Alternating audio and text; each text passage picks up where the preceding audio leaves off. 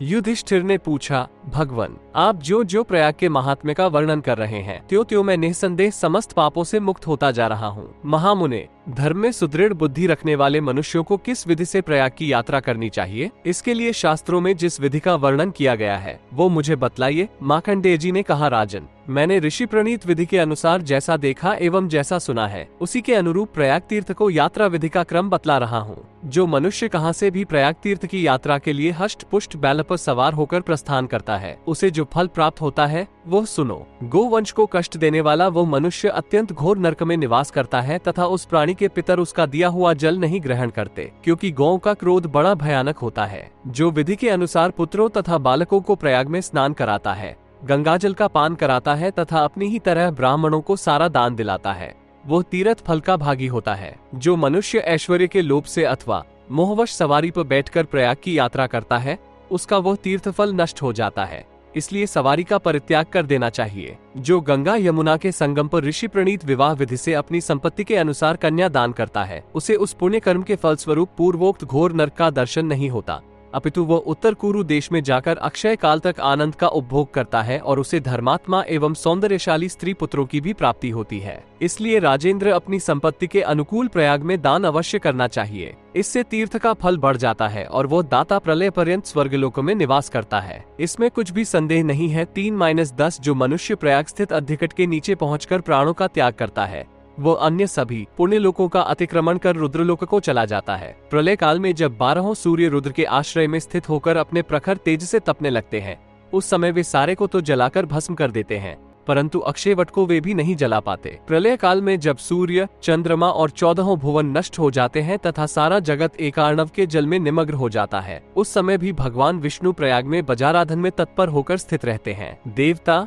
दानव, गंधर्व, ऋषि, सिद्ध और चारण आदि गंगा यमुना के संगमभूत तीर्थ का सदा सेवन करते हैं। अतः राजेंद्र, जहाँ प्रयाग की स्तुति करते हुए ब्रह्मा आदि देवगण, ऋषि, सिद्ध, चारण, लोकपाल, साध्यगण, लोकसम्मत पितर, सनई कुमार आदि परमर्षि, अंगिरा आदि महर्षि तथा अन्य ब्रह्मर्षि, नाग एवं गरुड़ आदि पक्षी, सिद्ध, आकाशचारी जीव, सागर, नदियां, पर्वत, सर्प, विद्याधर तथा ब्रह्मा सहित भगवान श्रीहरि निवास करते हैं, उस प्रयाग की यात्रा अवश्य करनी चाहिए। राज सिंह, ये गंगा यमुना के अंतराल का प्रयाग क्षेत्र पृथ्वी का जघन स्थल कहा गया है। नंदिकेश्वर बोले, नारद जी, तदनंतर धर्मराज युधिष्ठिर ने अपने सभी भाइयों तथा पत्नी द्रौपदी के साथ ब्राह्मण को नमस्कार कर देवताओं एवं अपने गुरुजनों को तर्पण द्वारा तृप्त किया। भगवान वासुदेव भी अकस्मात उसी क्षण वहीं आ पहुँचे। तब सभी पांडवों ने मिलकर भगवान श्री कृष्ण की पूजा की। तत्पश्चात सभी महात्माओं के साथ साथ भगवान श्री कृष्ण ने धर्मपुत्र युधिष्ठिर को पुनः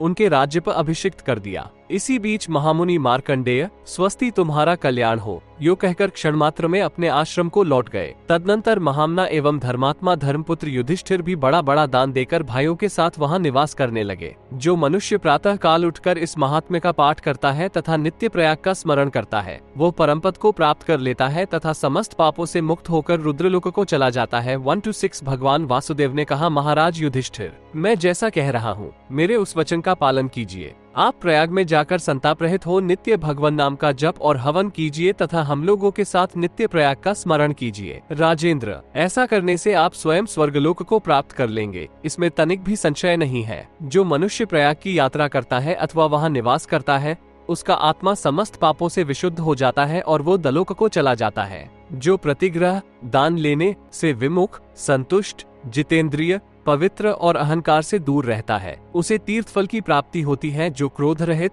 ईमानदार, सत्यवादी, दृढ़व्रत और समस्त प्राणियों के प्रति अपने समान ही व्यवहार करता है, वह तीर्थ फल का भागी होता है। महीपते, ऋषियों तथा देवताओं ने क्रमशः जिन यज्ञों का विधान बतलाया है, उन यज्ञों का अनुष्ठान निर्धन मनुष्य नहीं कर सकता, क्योंकि उन यज्ञों में बहुत से उपकरणों तथा नाना प्रकार की सामग्रियों की आवश्यकता पड़ती है। इनका अनुष्ठान तो राजा अथवा कहीं कहीं कुछ समृद्धशाली मनुष्य ही कर सकते हैं। नरेश्वर युधिष्ठिर, निर्धन मनुष्यों द्वारा भी जिस विधि का पालन किया जा सकता है और जो पुण्य में यज्ञ फल के समान है, उसे मैं बतला रहा है। सुनो भरत सतम, ये पुण्यमयी तीर्थ यात्रा ऋषियों के लिए भी परम गोपनीय है तथा यज्ञों से भी बढ़कर फलदायक है। भरत ऋषभ, 10,000 तीर्थ तथा 3 करोड़ नदियां माघ मास में गंगों में आकर निवास करती हैं। महाराज, आप स्वस्थ हो जाएं और निष्कंटक राज्य का उपभोग करें। राजेंद्र, पुनः कभी विशेष रूप से यज्ञ करते समय आप मुझे देख सकेंगे। 7 to 17 नंदिकेश्वर बोले नारद जी। महान भाग्यशाली एवं महान तपस्वी वसुदेव नंदन श्री कृष्ण महाराज युधिष्ठिर से ऐसा कहकर वहीं अंतर्हित हो गए। तदनंतर महाराज युधिष्ठिर ने सकुटुम्ब प्रयाग में जाकर यथोक्त विधि के अनुसार खान किया, जिससे उन्हें परम शांति प्राप्त हुई। देवर्षि, इसलिए आप भी प्रयाग को ओर पधारिए और वहां स्नान कर आज ही कृतकृत्य हो जाइए। 18 to 20 सूत जी कहते हैं, ऋषियों, तदनंतर नंदिकेश्वर ऐसा कहकर वहीं अंतर्हित हो गए तथा नारद जी भी शीघ्र ही प्रयाग की ओर चल दिए।